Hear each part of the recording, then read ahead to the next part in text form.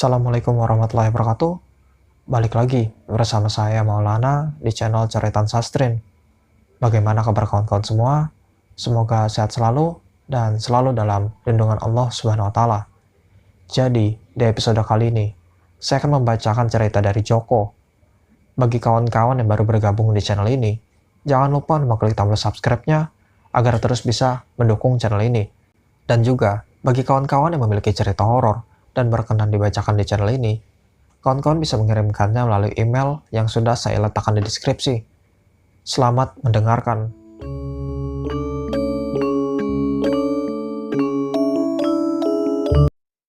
Kenalin, nama gua Joko. Kali ini, gua bakal nyeritain kisah temen gua dari Bandung. Kita langsung saja masuk ke ceritanya. 14 Maret 2011, awal bulan, di mana di negara kita tercinta, Indonesia, biasanya mulai memasuki musim penghujan. Di malam yang sunyi sepi, 4 sahabat sedang berdiskusi untuk melakukan pendakian setelah berbulan-bulan tidak mendaki. Sebut saja mereka, Dono, Adul, Siska, dan Dina. 4 sahabat ini berencana akan melakukan pendakian di salah satu gunung tertinggi ke-8 di Jawa. Yap, Gunung Sindoro, dengan ketinggian 3153 mdpl. 4 hari sebelum pendakian, para cowok mempersiapkan perlengkapan pendakian, sedangkan para betina mempersiapkan logistik untuk pendakian. Singkat cerita, 2 hari sebelum pendakian dimulai, mereka memesan tiket bus untuk menuju Wonosobo dan lanjut ke basecamp Sindoro via Keledung. 1 hari penuh mereka di perjalanan, akhirnya mereka pun sampai di basecamp Keledung. Setelah sampai, mereka pun istirahat dan akan memulai pendakian esok hari. Sambil ngumpulin tenaga bro, kan lelah seharian di perjalanan. Gak kerasa pagi pun tiba. Sinar mentari yang mulai bercahaya, suara burung-burung yang berkicau, serta sejuknya udara pagi, seakan-akan memberikan sambutan selamat datang bagi mereka. Singkat cerita, mereka pun bersiap-siap untuk melakukan pendakian, dengan mengurus simaksi dan segala macam. Tidak lupa melengkapi barang-barang yang harus mereka bawa, seperti P3K dan air minum. Pukul 10 pagi, mereka berempat memulai pendakiannya dengan berdoa terlebih dahulu. Kaki-kaki kecil mereka mulai melangkah dengan hati penuh semangat. Keramahan warga sekitar dan para pendaki yang saling menyapa mewarnai awal perjalanan mereka. "Permisi Pak, Bu," ucap Bang Adul dan kawan-kawan menyapa penduduk kampung. "Iya dek, mendaki ya? Hati-hati dek," sahut warga setempat dengan senyum keramahannya. Singkat cerita, pukul 11.50 mereka pun sampai di pos 1, atau biasa disebut pos ojek. Mereka berempat beristirahat sejenak di pos 1, sembari makan dan minum. "Bang, makan dulu yuk, lapar gua," ucap Siska. "Sama, gue juga lapar sis, gue beli makan dulu ya," sahut Dono. "Gue juga lapar kalau digratisin bang," kata Adul. "Ya elah lu bang, bilang aja minta dibeliin," ucap Dina. "Hahaha, lu peka banget Din," sahut Adul. Iya, gak apa-apa, ntar gue beliin, tunggu bentar," kata Dono. Makanan pun datang dan mereka santap dengan lahap. Setelah selesai makan, mereka berempat pun akan segera melanjutkan perjalanan. Pukul 13, mereka mulai melanjutkan perjalanan. Singkat cerita, setelah cukup lama berjalan, Bang Adul dan kawan-kawan sampai di pos 2. Mereka kembali istirahat untuk mengembalikan tenaga. Yah, maklum dah, cukup lama kagak mendaki. Waktu itu cukup ramai para pendaki yang turun dan sedang istirahat di pos 2. Tiba-tiba, gak lama saat mereka istirahat, cuaca tiba-tiba berubah. Kayak sifat kamu ke aku yang tiba-tiba berubah. Gak lama hujan pun turun dengan sangat deras dan memaksakan mereka untuk berteduh di pos 2 lebih lama karena terhalang hujan. Kilatan petir dan rintik hujan yang sempat membuat si Dina ketakutan. "Allahu Akbar, petirnya gede banget bang," kata Dina. Tuh, sini deket abang biar gak takut," sahut Adul.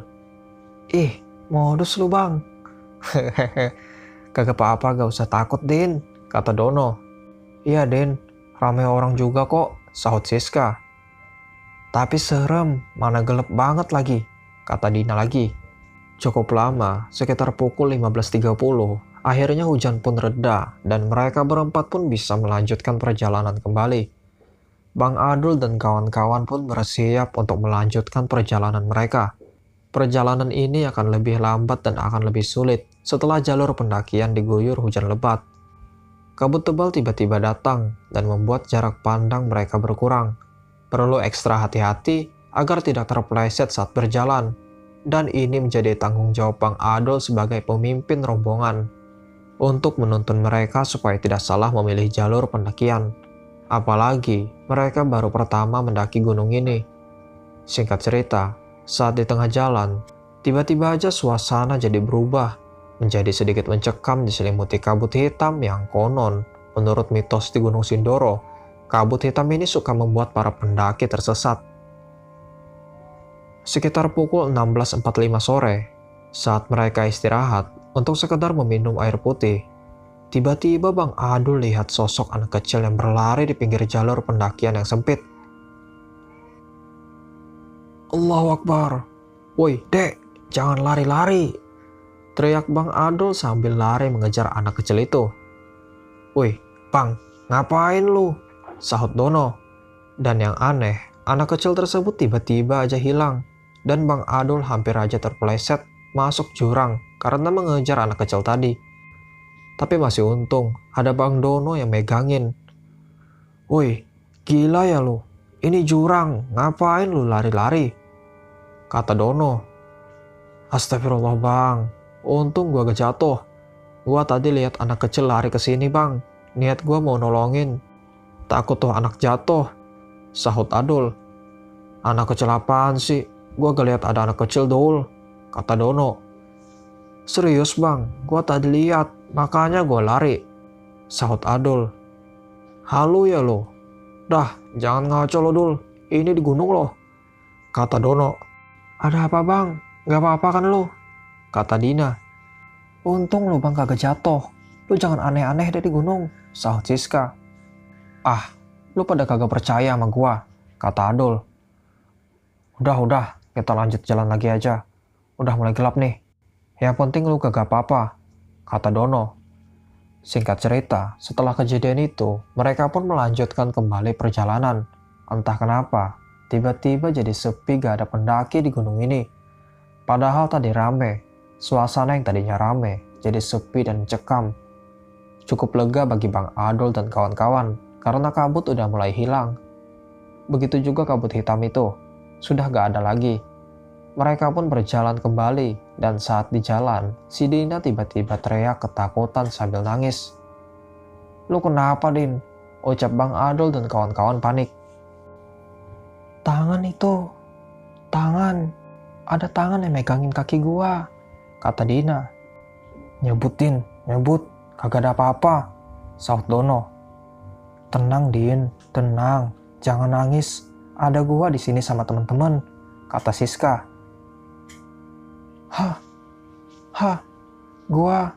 Kaki gua gak bisa gerak, gua takut, kata Dina.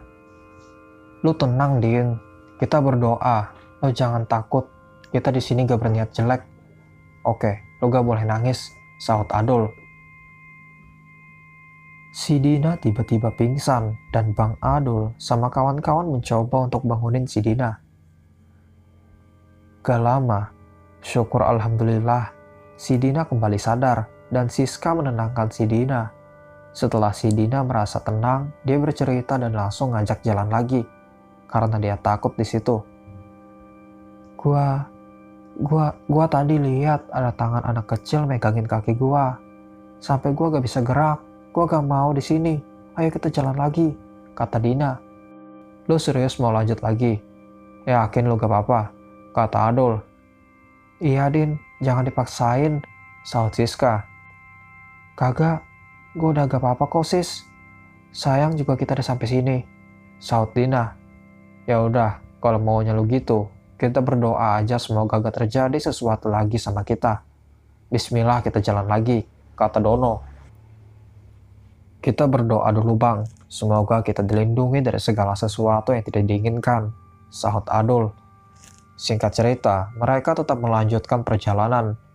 Baru aja berjalan beberapa menit, azan maghrib pun tiba.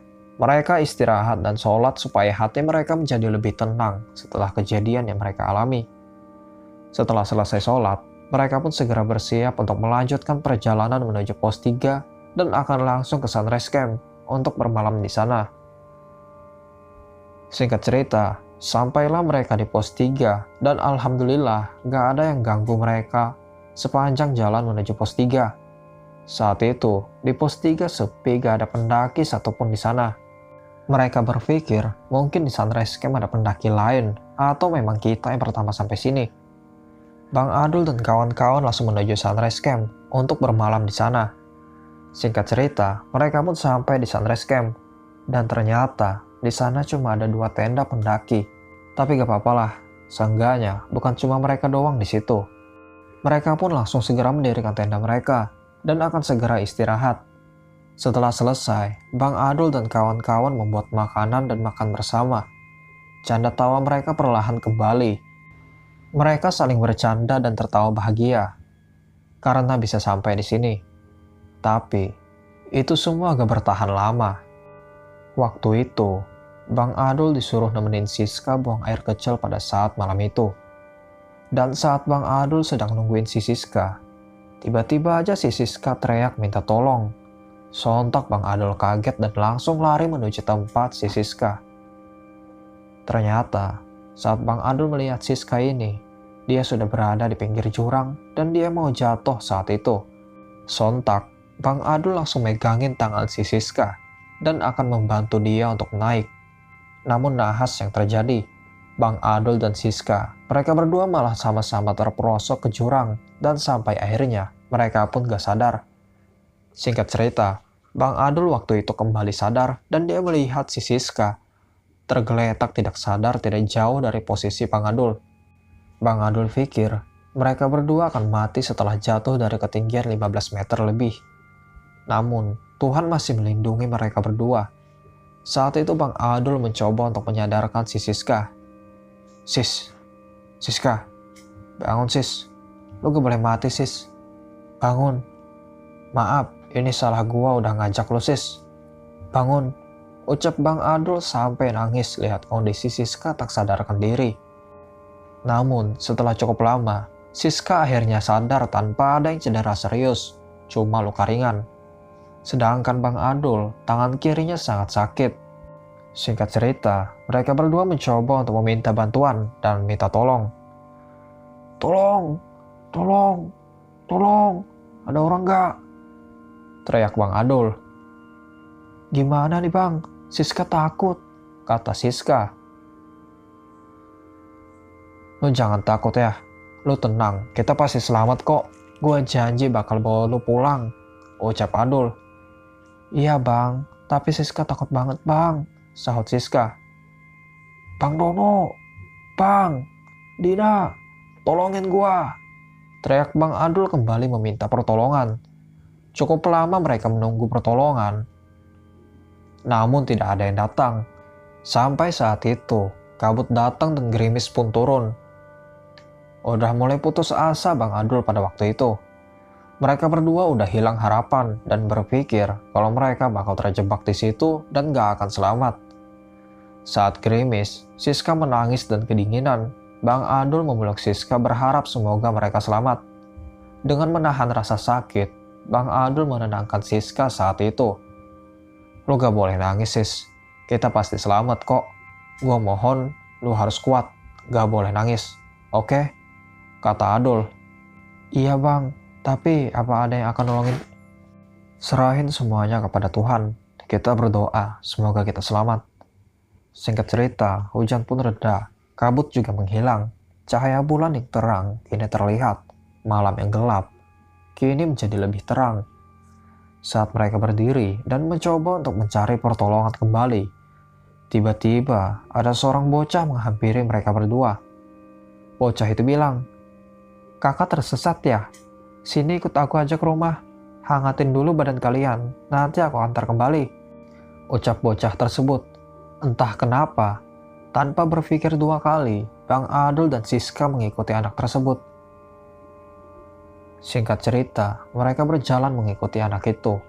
Dan gak lama, sampailah di gubuk kecil tempat tinggal anak itu. Kruk! Suara pintu rumah terbuka. Dan di balik pintu itu, ada seorang nenek tua yang menyambut Bang Adul dan Siska. Bang Adul dan Siska disuruh untuk mengeringkan baju mereka dan juga disuruh makan dan minum. Sepotong ketela diberikan oleh nenek itu kepada Bang Adul dan Siska dengan segelas air putih hangat.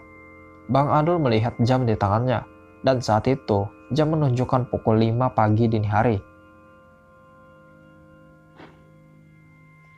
Karena Bang Adul takut temannya nyariin dia, jadi Bang Adul meminta tolong kepada bocah tadi untuk menghantarkannya kembali. Namun si nenek melarang dan bilang untuk mengeringkan pakaian mereka dulu dan akan diantar nanti malam hari. Singkat cerita, malam pun tiba dan mereka berdua diantar kembali oleh bocah tersebut. Dalam perjalanan, Bang Adul dan Siska berpikir kalau dirinya pasti sedang dicari dan temannya pasti sudah turun melapor sama tim SAR untuk mencarinya. Singkat cerita, mereka sampai di sebuah persimpangan dan bocah itu bilang, "Kak, aku cuma ngantar sampai sini ya. Kakak tinggal lurus aja, entar ketemu sama teman kakak," ucap bocah tersebut. "Oh iya dek, makasih banget udah nganterin kakak sampai sini. Maaf kakak gak bisa ngasih imbalan," kata Adul. "Hehehe, dadah kakak." Si bocah pun pergi.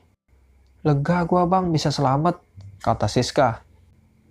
"Iya sis, beruntung banget kita," sahut Adul. Mereka berdua segera berjalan dan gak lama mereka sampai lagi di Sunrise Camp. Dan yang bikin Bang Adul bingung dan ngerasa ada yang aneh adalah si Dina sama Bang Dono masih di situ. Dan keadaan waktu itu sama seperti waktu mereka meninggalkan tenda.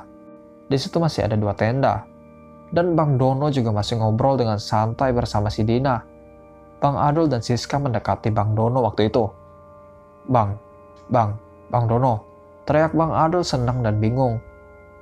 "Udah lo nganter Siska buang air kecil," sahut Dono.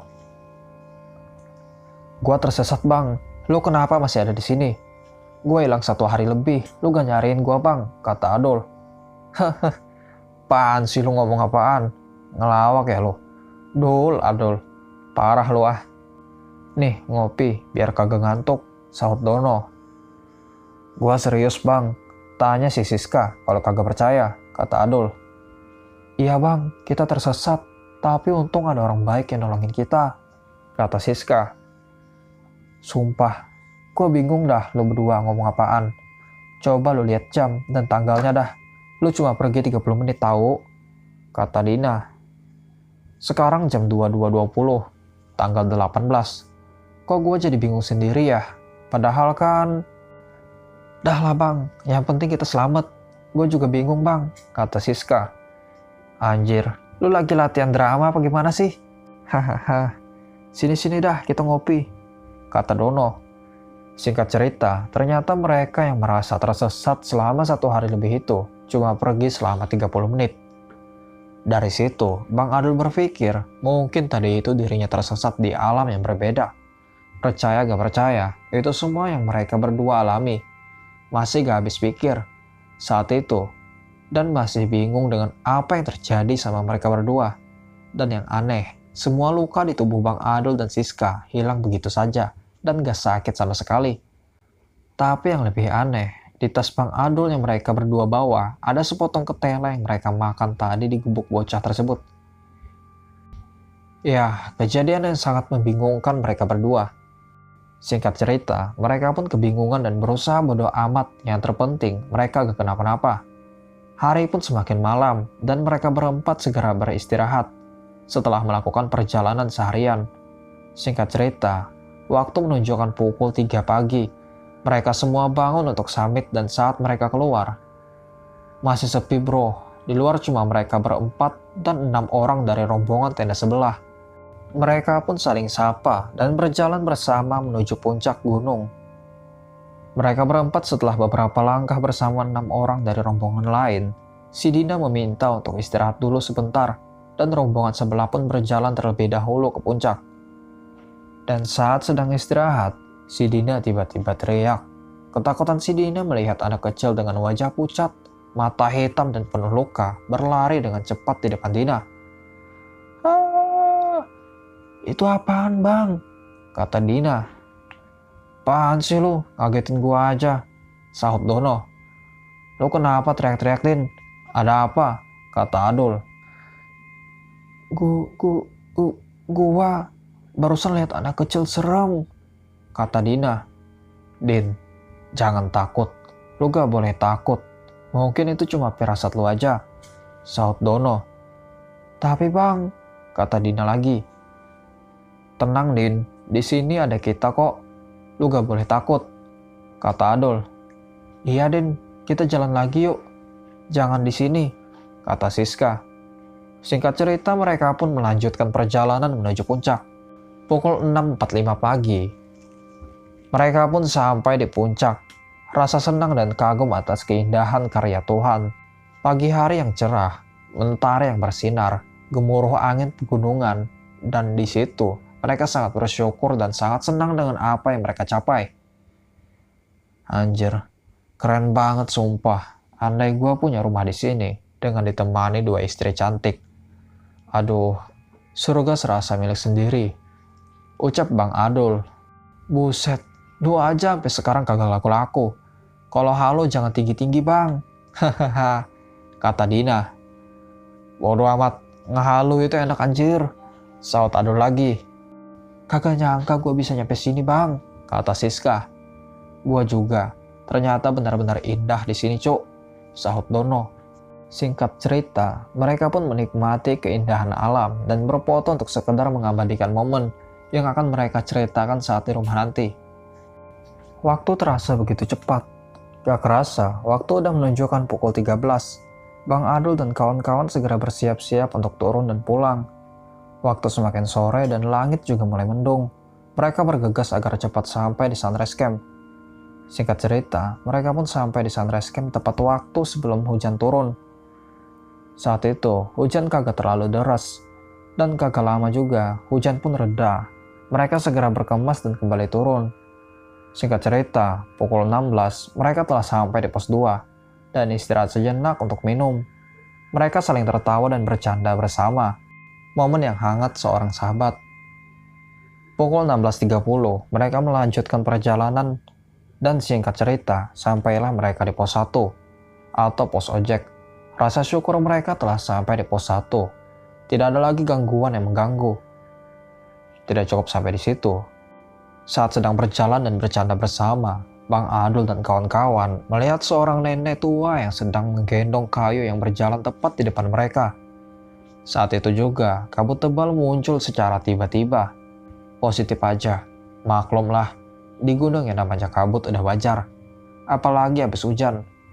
Tapi yang bikin janggal, kabut itu cuma sebentar. Begitu juga dengan nenek yang tiba-tiba gak ada.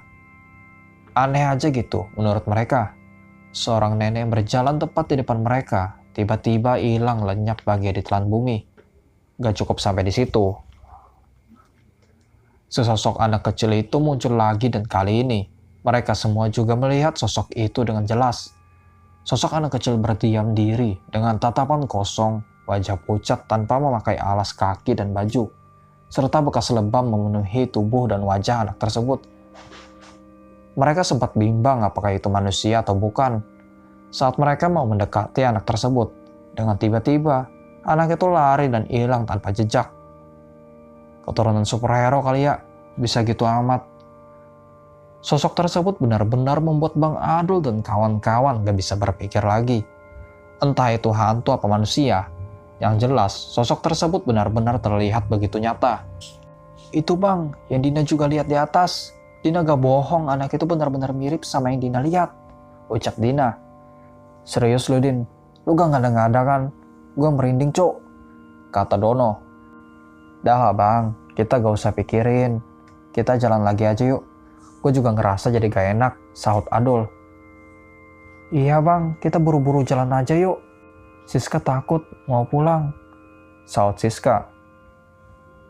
Singkat cerita, Bang Adul dan kawan-kawan bergegas supaya cepat sampai base camp. Azan maghrib pun sudah terdengar dan mereka istirahat sejenak di pinggir jalan. Setelah habis maghrib, mereka kembali melanjutkan perjalanan. Singkat cerita, mereka pun sampai di base camp untuk segera bersih-bersih, makan, lalu istirahat untuk besok kembali pulang ke Bandung. Satu malam di base camp, mereka habiskan dengan saling bercerita tentang apa yang mereka alami selama pendakian. Momen dan pengalaman yang gak akan terlupakan bagi mereka di Gunung Sindoro ini. Rasa syukur karena mereka telah kembali dengan selamat. Singkat cerita, saking asiknya ngobrol, Bang Adul dan kawan-kawan sampai gak tahu waktu, udah malam. Dan mereka harus istirahat, memulihkan tenaga mereka setelah melakukan pendakian. Pukul 23, Bang Adul dan kawan-kawan istirahat dan tidur untuk esok hari kembali pulang ke Bandung. Saat semua mau istirahat, tiba-tiba mereka mendengar suara aneh beberapa kali yang terdengar oleh mereka dan beberapa pendaki lain yang sedang istirahat juga di situ. Dan semakin lama, mereka mencium bau gak enak dari situ. Entah bau apa, kurang jelas.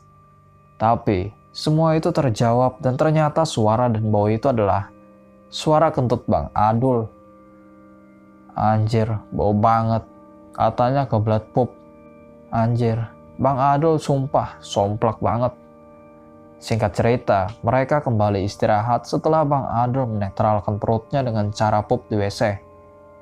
Next, pagi pun tiba, Bang Adul dan kawan-kawan segera berkemas dan kembali untuk pulang. Itulah sedikit cerita dari pengalaman teman gua, Bang Ade atau Adul. Mohon maaf bila ada salah kata dan cerita kurang menghibur, serta ceritanya amburadul. Ceritanya sih menurut gua lumayan, gak kejelek-jelek amat. Cukup sekian dan terima kasih. Assalamualaikum warahmatullahi wabarakatuh.